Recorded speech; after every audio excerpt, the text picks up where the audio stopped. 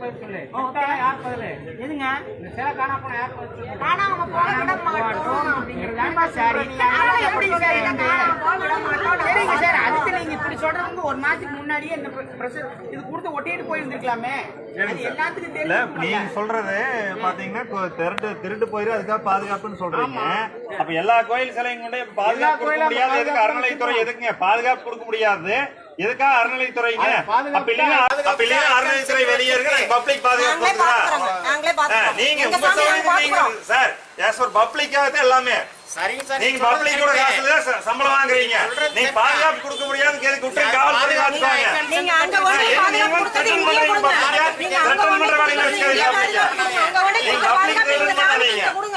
Public threaten பண்ற மாதிரி பேசுறீங்க சார். நீங்க தான் கைவிட்டு பேசுறீங்க சார். கேட்கணும் ஆர்டர் போறீங்க, நீங்க பப்ளிக் ஆர்டர் போறீங்க. பப்ளிக் சர்வெண்ட் ஆஸ் பர் நீங்க கவர்மெண்ட் ஆர்டர் சரிங்களா?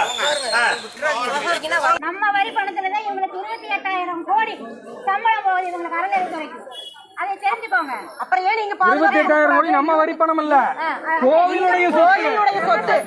அத்தனை கோடி போகல இந்த சாமிக்கு ஒரு உங்களுக்கு பாதுகாப்பு கொடுக்கல. நம்ம வரி பணத்துல இருந்து இல்ல, சிவன் சொத்துல இருந்து எடுத்து அறநிலையத்துறைக்கு சம்பளம் கொடுக்கறாங்க, வண்டி வாகனம் கொடுக்கறாங்க. அவங்க ஸ்வீட் சாப்பிடுறாங்க. எங்க செலவுதான், சாமி செலவுதான்.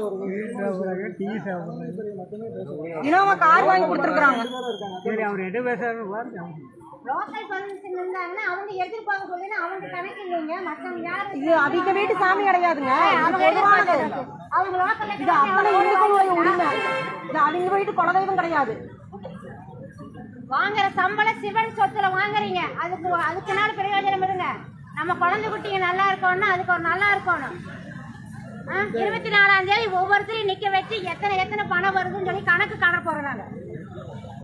இத்தனை வாங்கிட்டு எங்க சாமிக்கு பாதுகாப்பு கொடுக்க முடியலன்னா என்ன பண்றது? சாமி சொத்து தான் அது. நம்ம வரி பணத்துல சாமி சொத்தை தானே எடுத்துக்கிறீங்க.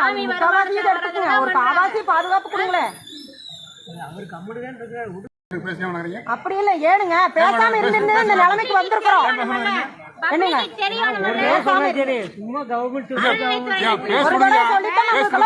இந்த நிலைமைக்கு யார் போனான்னு சொல்லுங்க.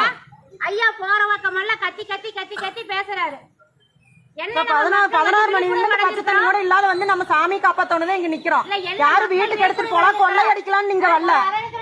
நீ யாருமா எங்க சாமி கும்பிடக்கு நாங்க யார கேட்கணும்? எங்க போறது என்ன சொல்லுங்க? அறநிலையத்துறை எப்படி உள்ள வந்துச்சு? தென்னானுடைய சிவனே ஓற்றி எந்நாட்டவர்க்கும் இறைவா ஓற்றி. இன்னும் என்ன சொல்றதுங்க? எல்லாத்துக்கும் இறைவன் பொதுவானவன் தான். இங்க இருக்கட்டும் எங்க தாய் தந்தை, எங்க அம்மா எங்க அப்பா கூட்டிட்டு போறீங்கன்னு நாங்க வந்து சொல்லாத யார் சொல்லுவா? பிச்சை எடுக்கணுமா, தெருவுல போய் இன்னும் உழுகணுமா சொல்லுங்க, அதையும் செய்யறோம். நம்ம குழந்தை குட்டிங்க இது சரியில்லை. உடம்பு சிவன் சொத்து ஐயா சொல்லுவாரு. சிவன் சொத்து ஐயா ஒரு மீட்டிங்ல பேசுவாரு. பச்சை தண்ணி நான் வாங்கி குடிக்க மாட்டேன் அப்படிம்பாரு. எல்லாமே அவருதான் கொண்டு வருவாரு, அவருதான் வாங்கி குடிப்பாரு. வர போற டிரான்ஸ்போர்ட் செலவு எல்லாம் அவரோட தான் பண்ணிக்குவாரு. ஏன்னா அந்த காசுல வாங்குறது கொடலை ரெண்டு வயிறும் பாரு. இவங்க அந்த காசுல தான் இது பண்றாங்க.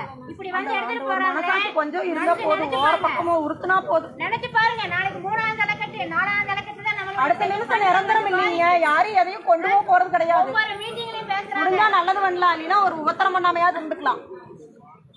உதவி பண்ண முடியாதவே உபத்திரம் பண்ணாமையாவது இருங்க.